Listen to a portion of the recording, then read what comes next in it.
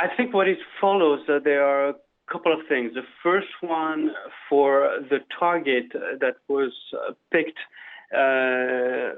resembles what we've seen at the Bataclan in Paris during the November attacks. Because if you remember, the Bataclan, they wanted to target concert goers, but also target multiple enemies.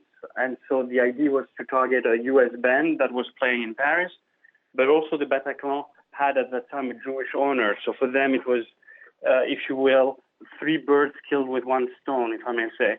Yesterday, what happened in Manchester, they were able to target again a U.S. singer, target kids and teenagers, something that Islamic State has called for attacks against them, and also a music venue, music being considered as haram and as representing the devil for the extremists, and also the UK. So that's the pattern that I see there. The second pattern would be linked to the fact that in a way it was a soft target. It should have become a hard target because of the security that should have been in place there. But it's a little bit like the attack at the Stade de France also in November, because the suicide bombers in Paris were targeting people that were coming to watch the football game.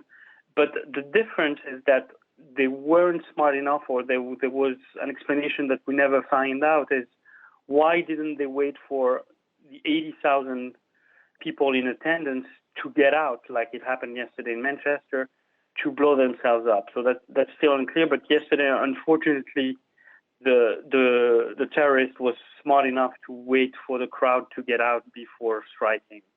Those are a little bit, for me, some of the examples of the modus operandi. And the last thing is that we have turned back to a much more sophisticated attack. If you look in the past, since I would say the Nice attack in July of 2016, we've seen very crude attacks with a modus operandi that is a car, a truck, knives, like we've seen in Westminster, for instance. This time, it was much more sophisticated. It was a bomb which required a know-how that we thought was not going to be any longer an issue in terms of what we've seen in the past, because we've seen that, obviously, in the November attacks, 2015 in Paris, in the Brussels attacks also, suicide vests were there. But since then, Islamic State didn't really except one time in Germany, they didn't use bombs.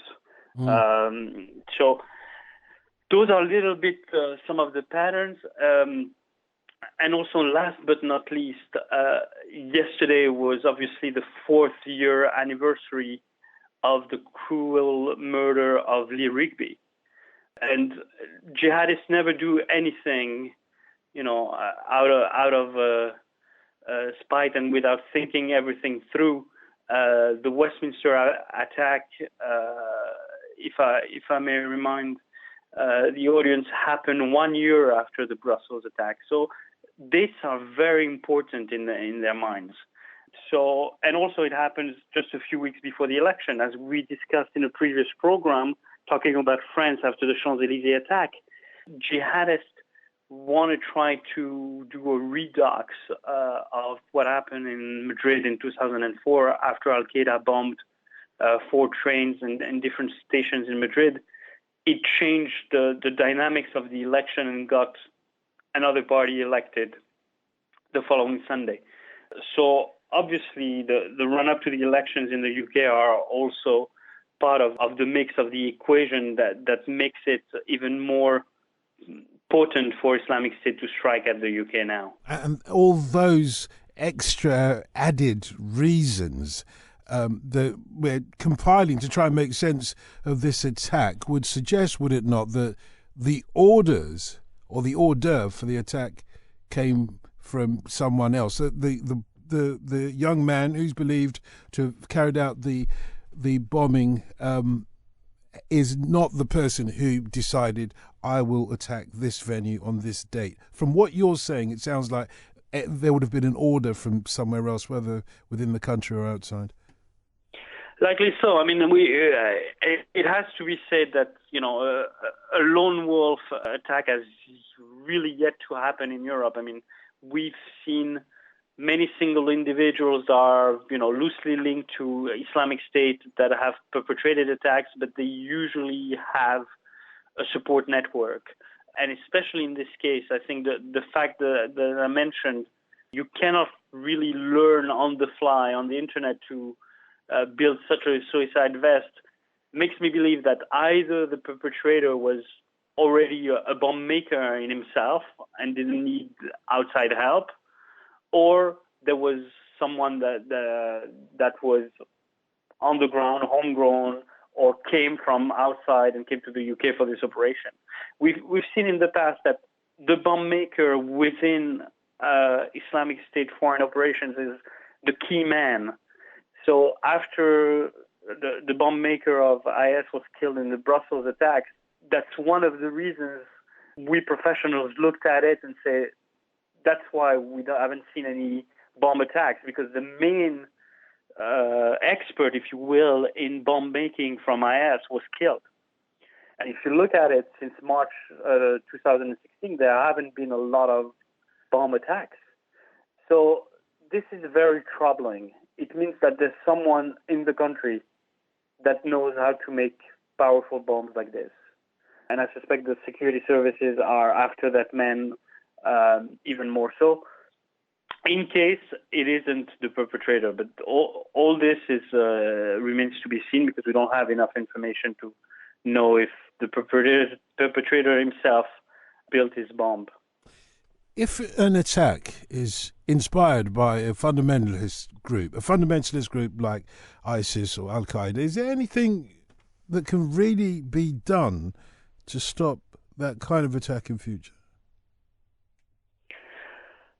If it's in both cases, if it's low sophisticated, it's going to be very difficult to stop somebody to just decide on a whim within 24 hours to buy a knife and go kill people on the street, or take his car and run people.